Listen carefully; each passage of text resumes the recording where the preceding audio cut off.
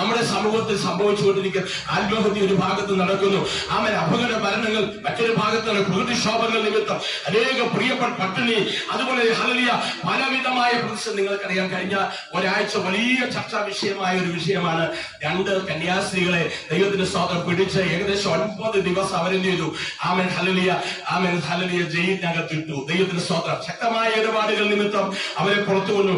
എന്താ ഇതിന്റെ കാരണം? ദൈവത്തിന്റെ സ്തോത്രം. നമ്മള് ഈ സുവിശേഷവുമായി പോകുന്നു. ദൈവത്തിന്റെ സ്തോത്രം. നമ്മൾ ചെയ്യാത്ത ചില ശക്തമായ സേവനമാണ് അവർ ചെയ്യുന്നത്. കുഷ്ഠരോഗിയെ ശുശ്രൂഷിക്കുക എന്ന് പറഞ്ഞാൽ ആർക്കെങ്കിലും കുഷ്ഠരോഗി ഇഷ്ടമാണോ? ഇഷ്ടമല്ല. നിങ്ങൾക്കറിയാം, ഈ കൊരട്ടിയിൽ ഒരു കുഷ്ഠരോഗി ആശുപത്രിയുണ്ട്. പ്രൈസലോ. ചില വർഷങ്ങൾക്ക് മുമ്പ് ആമേൻ അതിന്റെ ആ ഒരു നടത്തിപ്പുകാരൻ കൊരട്ടി ആമേൻ വർഗീസ് എന്ന് പറയുന്ന ഒരാളാണ്. ദൈവത്തിന്റെ സ്തോത്രം.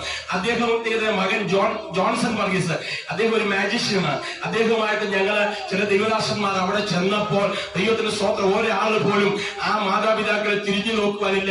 ഗവൺമെന്റിന്റെ ആമേൻ ഹല്ലേലൂയ അല്ലെങ്കിൽ അവിടുത്തെ ആ സ്ഥാപനത്തിൽ കൊണ്ടാക്കിയിട്ട് അവരെല്ലാം പോവുകയാണ്. പ്രൈസലോ.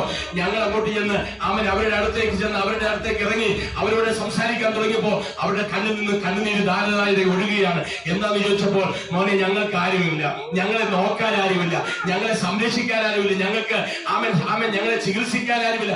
Amen hallelujah. ഡോക്ടർമാർ അവിടെയുള്ള ആളുകളൊക്കെ ചികിത്സിക്കുന്നെങ്കിലും ആമേൻ ഒരു സ്നേഹം അവർക്ക് കിട്ടുന്നില്ല. ദൈവത്തിന്റെ സ്തോത്രം. അവരിലേക്ക് ഇറങ്ങുമ്പോൾ മാത്രമാണ്. അങ്ങനെ ഹല്ലേലൂയ ലോകത്തിന്റെ യാതൊരു നന്മയും വേണ്ടെന്ന് വെച്ച് ആമേൻ നമ്മുടെ ഹല്ലേലൂയ സന്യാസികൾ ഹല്ലേലൂയ അവിടെ ഇവിടെയായിട്ട് എന്ത് ചെയ്യാണ്? അവര് കർത്താവിന്റെ സേവ ചെയ്യുകയാണ്. ദൈവത്തിന്റെ സ്തോത്രം. ആമേൻ കുഷ്ഠരോഗികളുടെ അടുത്തേക്ക് അവർ പോവുകയാണ്. മാനസിക രോഗികളുടെ അടുത്തേക്ക് പോവുകയാണ്. ആമേൻ പ്രാകൃത മനുഷ്യന്മാരുടെ അടുത്തേക്ക് പോവുകയാണ്.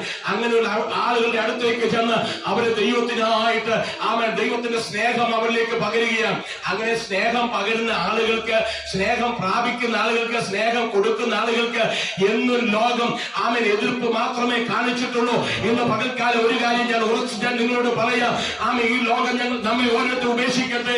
പക്ഷെ നമ്മുടെ അകത്തുള്ള ആത്മസ്നേഹം, ദൈവമായിട്ടുള്ള സ്നേഹം ഈ ദിവസങ്ങളൊന്ന് വർദ്ധിക്കട്ടെ.